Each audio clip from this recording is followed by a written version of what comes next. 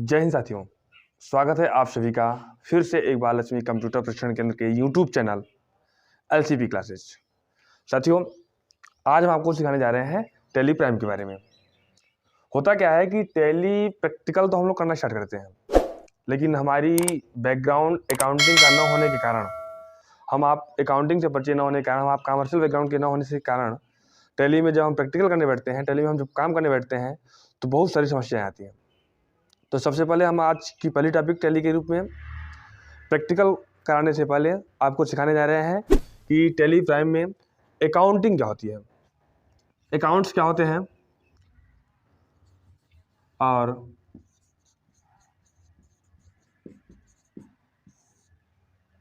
यह कितने प्रकार का होता है अकाउंट्स। तो देखियो, जैसे ही बात अकाउंट्स की आती है तो हमारे आपके दिमाग में एक ही चीज़ आती है कि हम बैंक अकाउंट की बात कर रहे हैं, जबकि यहाँ बैंक अकाउंट की चर्चा नहीं हो रही है। अकाउंट्स का मतलब यह कि जब भी हम कोई भी खरीदारी करते हैं तो किसी न किसी व्यक्ति के बारे में, किसी न किसी संस्था से खरीदारी करते हैं, लेन देन करते हैं, तो हम यहाँ उस व्यक्ति का, उस संस्था का, या जिससे खरीदारी कर रहे हैं, उधार खरीद रहे हैं या पैसे से खरीद रहे हैं, उस चीज़ का लेजर बनाते हैं और उसी लेजर को ही हम अकाउंट के रूप में जानते हैं। तो आइए हम दिखाते हैं आपको कि अकाउंट्स होते कितने प्रकार के हैं।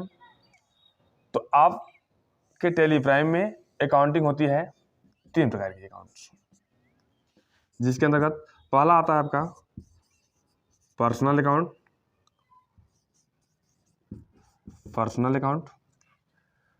दूसरा होता है आपका रियल अकाउंट और तीसरा होता है आपका नॉमिनल अकाउंट। दोस्तों, पर्सनल अकाउंट, रियल अकाउंट और नॉमिनल अकाउंट, जैसा कि आपको नाम से पता चल रहा है कि पर्सनल अकाउंट यानी एक तरीके से यह पर्सन से बना है। अगर हम किसी व्यक्ति का लेजर बनाना चाहते हैं, किसी संस्था का लेजर बनाना चाहते हैं, किसी कंपनी के नाम से लेजर बनाना चाहते हैं, बैंक के नाम से लेजर बनाना चाहते हैं, तो यह सभी के सभी अकाउंट आते हैं आपके पर्सनल अकाउंट के अंतर्गत। दूसरी, रियल अकाउंट। रियल का मतलब ही होता है एक तरीके से वस्तु। अगर हम कोई किसी वस्तु का लेजर बनाएंगे, जैसे फिक्स्ड एसेट्स का हो गया, कैश का हो गया, यह सभी के सभी लेजर आपके किसके अंतर्गत आएंगे? रियल अकाउंट के अंतर्गत आएंगे। और नॉमिनल अकाउंट का मतलब होता है अवास्तविक खाते।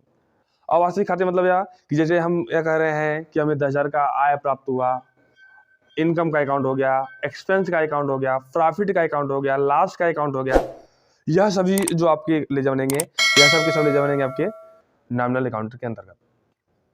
तो मान लीजिए आपको एक प्रश्न है आपके सामने, Ram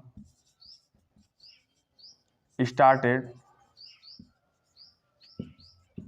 a business with 1 lakh.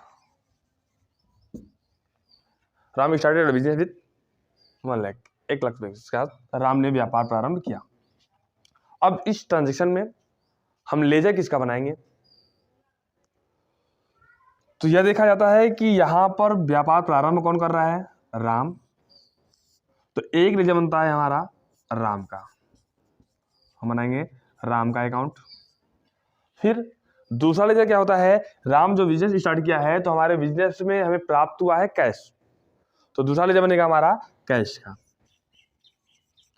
अब साथियों, यह 2 अकाउंट तो बन गया आपका, एक राम का और एक कैश का। अब बात यहां फंसती है कि हम इसमें कौन से अकाउंट को, कौन से लेजर को सीआर करेंगे और कौन से लेजर को डीआर करेंगे। तो इसके लिए सबसे महत्वपूर्ण होती है पहले यह पहचानना कि यह जो हमारा अकाउंट है, यह हमारा अकाउंट किस नेचर का है, मतलब किस प्रकार का अकाउंट है। पर्सनल अकाउंट के अंतर्गत आएगा, रियल अकाउंट के अंतर्गत आएगा या नॉमिनल अकाउंट के अंतर्गत आएगा। अगर हम नेचर ऑफ अकाउंट पहचान लेंगे तो हमारा काम आसान हो जाएगा। चलिए अभी हम आपको बताएं कि पर्सनल अकाउंट का मतलब क्या होता है। पर्सनल अकाउंट बना है पर्सन शब्द से, यानी किसी व्यक्ति का नाम, किसी संस्था का नाम, किसी कंपनी का नाम। तो राम यहाँ एक व्यक्ति हो सकता है, राम यहाँ एक व्यक्ति है। तो राम व्यक्ति होने के कारण यह जो हमारा अकाउंट है, यह अकाउंट हमारा है personal account. Personal account. Cash, cash जो होती है हमारी एक वस्तु होती है। तो वस्तु होने के कारण यह हमारी हो जाएगी आपकी real account. Real account. Ram हमारा हो गया पर्सनल अकाउंट, कैश हो गया हमारा रियल अकाउंट। अब जैसे ही हमें पता चल गया कि राम हमारा पर्सनल अकाउंट है, कैश हमारा रियल अकाउंट है, तो अब हमें क्या करना है, इसको सीआर और इसको डीआर करना है। तो कैसे सीआर करेंगे और कैसे डीआर करेंगे, इसके लिए आपके पास होता है अकाउंट्स का गोल्डन रूल्स। टैली में अकाउंट्स के तीनों प्रकार के अकाउंट्स के अपने अलग अलग गोल्डन रूल्स होते हैं। आइए हम आपको दिखाते हैं कि गोल्डन रूल्स क्या होता है। पर्सनल अकाउंट हमारा कहता है, इसका रूल्स है debit the receiver, debit the receiver and credit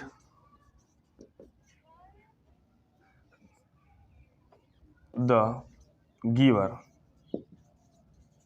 debit the receiver and credit the giver. व्यापार में जो भी व्यक्ति पैसा प्राप्त कर रहा है उसे डेबिट कीजिए, और जो पैसा दे रहा है उसे क्रेडिट कीजिए। तो यहाँ पर राम, इस ट्रांजेक्शन के अकॉर्डिंग राम पैसा दे रहा है, राम ने व्यापार में पूंजी लगाया तो राम पैसा दे रहा है आपके व्यापार को, तो राम देने वाला व्यक्ति है, यानी क्रेडिट द गिवर। तो इसके अकॉर्डिंग हम राम को क्या करेंगे, सीआर करेंगे। अब आते हैं रियल अकाउंट के तौर पे। तो रियल अकाउंट की जो गोल्डन रूल होती है, या रियल अकाउंट की गोल्डन रूल होती है debit what's comes in and credit what's goes out. Debit what comes in and credit what goes out, यानी व्यापार में आने वाली वस्तु को, जो आ रही है उसे क्या करना है, आपको डेबिट करना है, और व्यापार में जाने वाली वस्तु को आपको क्या करना है, क्रेडिट करना है। तो यहाँ जैसे ही राम ने व्यापार में पूंजी लगाया तो हमारे व्यापार को 1 लाख रुपया पूंजी प्राप्त हुई है, यानी हमारे व्यापार में 1 लाख रुपया पूंजी आई हुई है, यानी कैश हमारा आया हुआ है। तो according to golden rule debit what comes in, जो आ रहा है उसे क्या करना है आपको, डेबिट। तो हमारा कैश अकाउंट क्या हो जाएगा, डीआर। ठीक, इसी तरीके से हम आपको ले चलेंगे अगले एक क्वेश्चन पे भी। तब तक के लिए आप एक प्रश्न का सीआर और डीआर करके कमेंट बॉक्स में जरूर बताइएगा। मान लीजिए प्रश्न आपके सामने है, सत्यम से 1 लाख रुपए लोन लिया गया। आप सभी इसका लेजर बनाइएगा, और कौन कौन सा लेजर किस प्रकार का ग्रुप होगा, और इसको सीआर और डीआर करके कमेंट बॉक्स में जरूर बताइएगा। जय हिंद।